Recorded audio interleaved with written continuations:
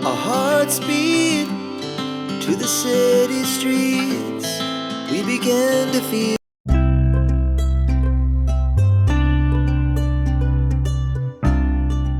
नमस्कार मंडळी, मी रुपाली तुमचं पुन्हा एकदा खूप खूप स्वागत करते आजच्या एका नवीन ब्लॉगमध्ये. आय होप तुम्ही सगळे मस्त असाल, आनंदी असाल आणि छान छान खातसुद्धा असाल. तर लास्ट ब्लॉगमध्ये तुम्ही पाहिलंत की आम्ही गावी आलेलो आहोत आणि पहिला दिवस जो गावचा आहे तो अगदी भन्नाट गेला. रिसॉर्टवरती खूप सारी धमाल केली, मजा मस्ती केली.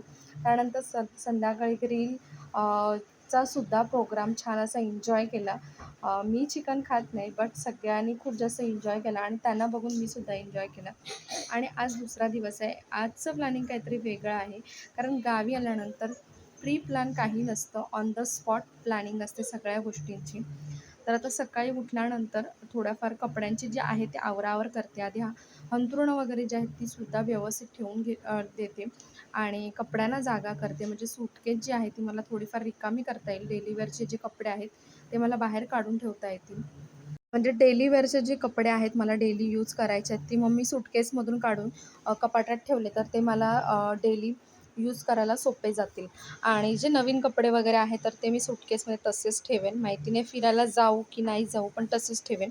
आणि थोडीफार अंथरुणंसुद्धा लावून घेते. गावी आल्यानंतर ना या सगळ्या गोष्टी पहिला करत असते पहिल्या दिवशी, पण काल स्किप झालं कारण अचानक बाहेर आम्हाला रिसॉर्टला वगैरे जावं लागलं, त्यामुळे या गोष्टी राहिल्या. तर आज पहिलं सगळ्या त्या गोष्टी करून घेणार आहे. त्यानंतर थोडीशी क्लिनिंग करणार आहे हलकी-फुलकी. कारण कुठेही जाऊ आपली कामं काही चुकत नाहीत. स्त्रियांना सगळ्याच ठिकाणी गेल्यानंतर थोडंफार काम हे करावंच लागतं. पण इतकंच की गावी आल्यानंतर माझी सगळी कामं जी आहेत ती निवांत असतात. कोणतीही घाई गडबड मी अजिबात करत नाही, कारण आपण रेस्ट करण्यासाठी आलेलो असतो ऑलरेडी. त्यामुळे सगळी कामं जी आहेत ती माझी निवांत असतात. आणि आज आहे वाडीमध्ये आमच्या पूजा सत्यनारायणची वगैरे. त्यानंतर नवीन घर बांधलं तर त्याची पूजा आहे आणि जेवण वगैरे आम्हाला तिथेच आहे. त्यामुळे फक्त मला नाश्ता करायचा आहे.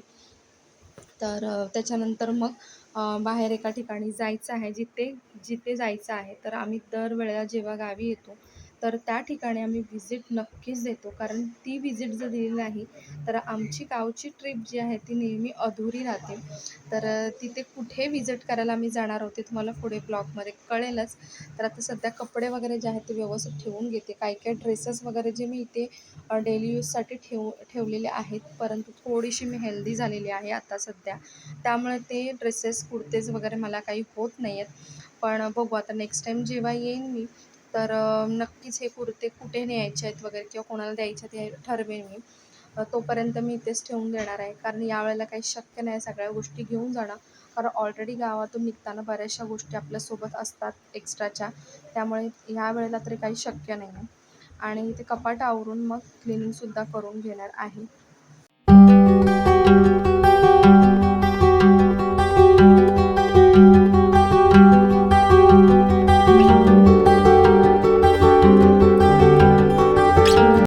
आणि आज शक्य झाल्यास मला आईकडे सुद्धा जायचं आहे. म्हणजे आल्यापासून आईला भेटायला गेलेली नाही आहे आणि 2 महिन्यापासून आई जवळ गावीच आहे, कारण घराचं काम चालू आहे.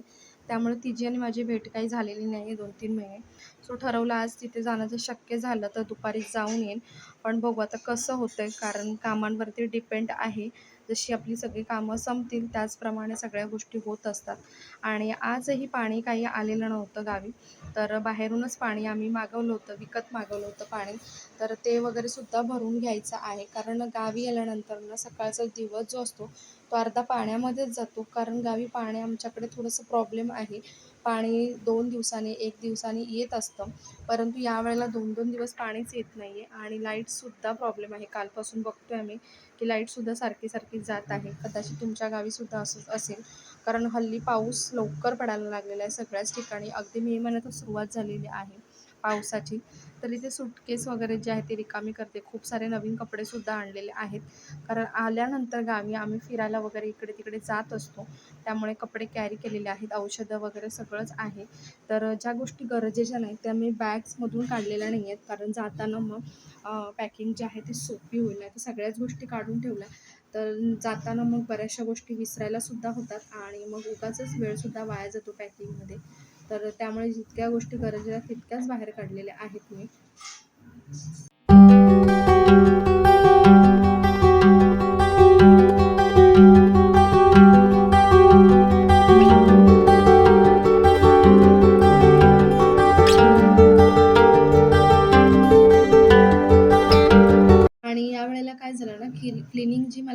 इतकी काही करावी लागली नाही, कारण मार्च महिन्यात मी अगदी व्यवस्थित असं पूर्णपणे क्लीन केलं होतं घर दरवर्षीप्रमाणे, तर त्यामुळे काहीच गरज लागली नाही मला. आणि आता इथे आम्ही आलेलो आहोत पूजेला. पाणी वगैरे आमचं झालं आणि बराचसा वेळ आमचा पाण्यामध्येच गेला.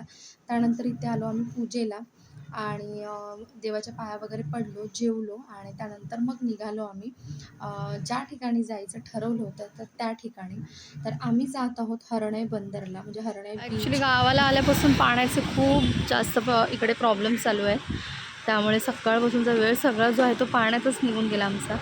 आणि मग घरातलं आवरलं, त्यानंतर मग आम्ही वाडीत पूजा होती तर त्यांच्याकडे गेलो आणि तिथे जेवण वगैरे केलं आणि आता निघालो आहोत हर्णई बीचवरती लिलावाला. आणि हे आता दापोलीत आहोत सध्या. पेट्रोल वगैरे टाकतो आणि मग पुढे जातो. थोडंसं लेटच झालेलं आहे, माहिती नाही मच्छी वगैरे मिळेल की नाही पेट्रोल टाकायला. सो फायनली आम्ही हर्णई बंदर इथे पोचलेलो आहोत आणि हे बंदर जे आहे, बीच जो आहे तो घरापासून आमच्या 15-20 किलोमीटरच्या अंतरावरती आहे. आणि गावी आल्यानंतर आम्ही इथे येतोच, कारण इथे लिलाव असतो आणि लिलावामध्ये ना मच्छी जी आहे ती फ्रेश तर मिळतेच, त्याचबरोबर थोडी स्वस्त पण असते compare to Mumbai rates. So त्यामुळे इथे आल्यानंतर घेतो. फार पूर्वी असं होतं की खूप स्वस्त दरात मच्छी मिळायची, पण आता थोडीशी गर्दी वाढल्यामुळे आणि कोकणामध्ये फिरणाऱ्यांची वगैरे पण गर्दी खूप जास्त वाढल्यामुळे थोडेसे रेट आता सध्या वाढलेले आहेत. तरीसुद्धा फ्रेश खायला मिळते मच्छी आणि थोडीफार स्वस्तसुद्धा मिळते. त्यामुळे इथे नक्कीच व्हिजिट देतो आम्ही आल्यानंतर. त्यानंतर आम्ही इथून निघालो आणि उन्हामध्येच असतो हा लिलाव, म्हणजे 3:30-4च्या दरम्यान. सो त्यामुळे आम्हाला डिहायड्रेशन झालं, तर एका ठिकाणी थांबून आम्ही थोडं कोल्ड्रिंक वगैरे प्यालो आणि त्यानंतर पुढच्या प्रवासाला निघालो.